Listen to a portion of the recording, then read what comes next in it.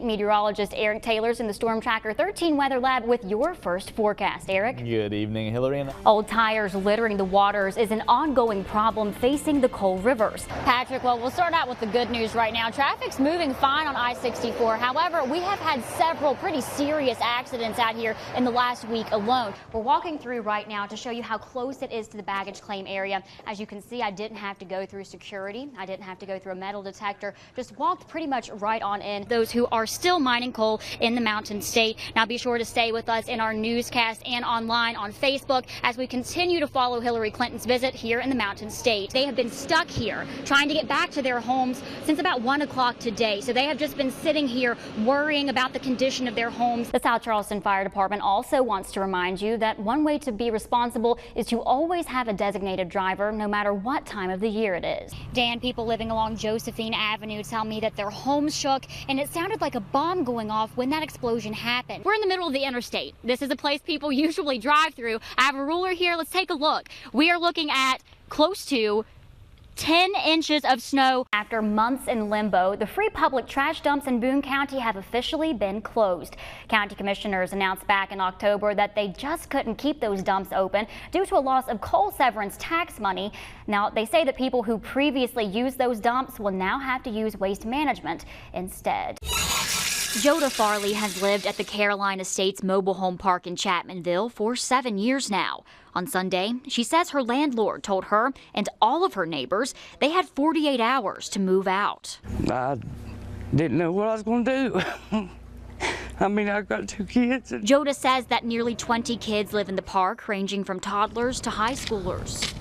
They say their landlord, George Evans, told them that everyone had to be out by January 31st because the Logan County Health Department found issues with electrical hookups and other health violations. I had nowhere else to go, and I needed a place to live, so there it is. After digging deeper, I found that issues at the mobile home park have been ongoing for years. Officials with the Logan County Health Department say after dozens of violations, Mr. Evans' license to be a landlord was revoked on January 1st. I reached out to George Evans several times, but he didn't return my calls. People living at the park say he was there to collect rent in early January, even though he was aware of the situation with his license. You have these violations you know can be corrected.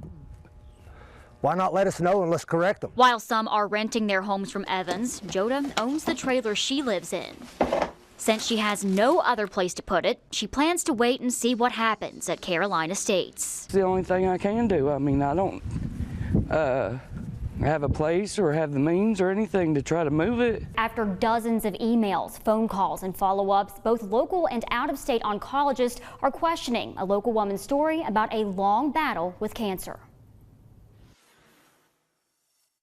Amber Buskirk says she's been battling an aggressive form of brain cancer for almost 2 years. Had a PET scan in October. On Halloween, October 2014, I was diagnosed with stage 4 glioblastoma, which is brain cancer. That's when she says she started preparing for the fight of her life. I do aggressive forms of chemo. I do a clinical trial from Duke, and I also do chemo. I do radiation, and I'm on constant antibiotics as well to try to combat and fight things because I do not have an immune system. Amber says choosing to participate in the clinical trial at Duke was difficult and very expensive. You get to the point that you say, okay, do I pay the electric bill?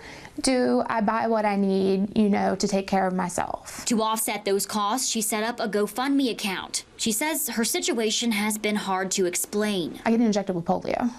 Which is, where is that injected? It goes through my port. Okay. And then, but people get freaked out. Like there's even a nurse at the cancer center that is freaked out about it. But she's grateful for the team helping her. There's one specific doctor that has made it, and then he has a team, and his team helps keep track. His name is Dr. Bigner. I reached out to Dr. Bigner to learn more about Amber's treatment. His staff told me she is not and has never been a patient on the poliovirus clinical trial at Duke. Amber's description of having polio injected into her port doesn't match the online information on clinicaltrials.gov, where the Duke study is available. It says the treatment is delivered in a single infusion directly into the tumor via catheter, not through a port in her chest, as Amber described. These inconsistencies concern the founders of a nonprofit cancer foundation. She sent an email from a nurse to help her financially, And since our organization, we just help children, we help families with children that have cancer, we told her we could help her by sharing her story on our son's Facebook page. Jeremy and Mina Chambers are the founders of the Be Brave Foundation in Florida. They started the group after their son Joshua was diagnosed with leukemia almost 4 years ago. Friends of the foundation provided Amber with tickets to Ohio State football games and were trying to help her find funding for her treatments. Jeremy requested a signed letter from Amber's doctor at the Charleston Area Medical Center with her diagnosis. She provided him with this screenshot of an email signed by a surgical oncologist at CAMC. After reaching out to the hospital, Jeremy was able to confirm that Amber Buskirk has not been a patient at the cancer center since 2013. We realized she's forged that signature, so we contacted the doctor's office and said we received a letter from Dr. Elmore. We need to verify that this patient's a patient of yours before we can offer any assistance. And she went through the system and said, no, she is not. Dr. Elmore does not do brain. While it doesn't appear that Amber's being treated at Duke or CAMC, she's still asking for financial help to pay for her treatments online. Her GoFundMe account had more than $17,000 in it. She's also benefited from local fundraisers and other online crowdfunding sites. I asked Amber to explain these discrepancies. I asked them specifically about your treatments, and they emailed me back and they said that you are not a patient at Duke and that you haven't been.